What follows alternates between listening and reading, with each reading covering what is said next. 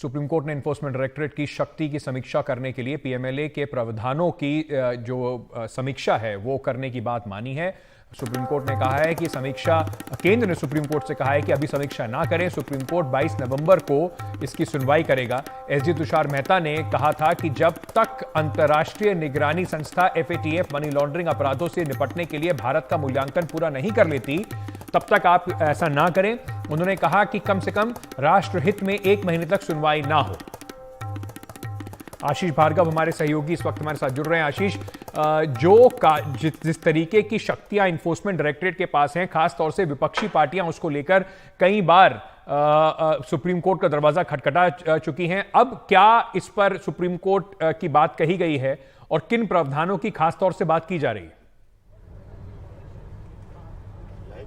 जी देखिए, supreme court ने एक बड़ा फैसला 2022 में यानी पिछले साल सुनाया था। 3 जजेस की बेंच ने, जस्टिस खानविलकर हेड कर रहे थे, और उन्होंने ईडी की तमाम शक्ति, गिरफ्तारी, सीजर, ईसीआईआर, गिरफ्तारी के आधार न देना, ये तमाम चीज़ों पर उनकी शक्तियों को, प्रावधानों को, ईडी की शक्तियों को बरकरार रखा था और कहा था कि ये बिल्कुल ठीक है। लेकिन उसके बाद डेवलपमेंट ये हुई कि जो चीफ जस्टिस एन.वी. रमन्ना उस समय के थे, उन्होंने इस मामले में रिव्यू करने की यानी पुनर्विचार करने की बात को स्वीकार कर लिया था और कहा था कि कुछ चीज़ें ऐसी हैं जिन पर विचार करना चाहिए। इसके अलावा कुछ याचिकाएं और भी दाखिल हुई जिसमें ये कहा गया कि जो ईडी पीएमएलए के जो कुछ प्रावधान हैं वो औपनिवेशिक अंग्रेज़ों के ज़माने के हैं और ये बहुत खतरनाक हैं, जो मौलिक अधिकारों का हनन करते हैं। इसलिए इस मामले की सुनवाई की जाए और जो 2022 का फैसला है उसको एक बार रिव्यू किया जाए। तो यहाँ पर 3 जजेस की बेंच सुप्रीम कोर्ट ने स्पेशल बेंच बनाई है, जिसके जस्टिस संजय किशन कौल, जस्टिस संजीव खन्ना और जस्टिस बेला त्रिवेदी हेड कर रही हैं। केंद्र सरकार की तरफ से यहाँ पर कहा गया कि ये समीक्षा अभी नहीं होनी चाहिए, एफएटी की रिपोर्ट पूरी मूल्यांकन हो जाना चाहिए, 1 महीने तक राष्ट्रहित में रुका जाए।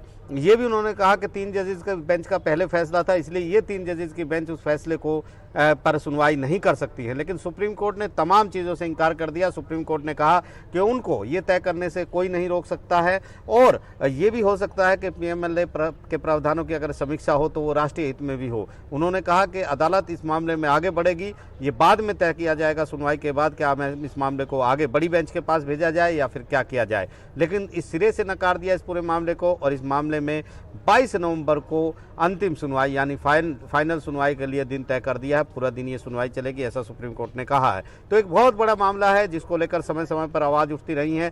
ईडी की शक्तियों को लेकर तमाम विपक्षी पार्टियां भी सुप्रीम कोर्ट आई थी, लेकिन सुप्रीम कोर्ट ने सुनवाई से इनकार कर दिया था, ये कहते हुए कि वो ऐसे मामलों की सुनवाई नहीं करेगा इस तरीके से। तो निश्चित तौर पर एक बड़ा मामला है जिसकी 22 नवंबर को सुनवाई होनी है। जी बहुत बहुत शुक्रिया आशीष हमारे साथ जुड़ने के लिए और ये जानकारी हमारे साथ साझा करने के लिए।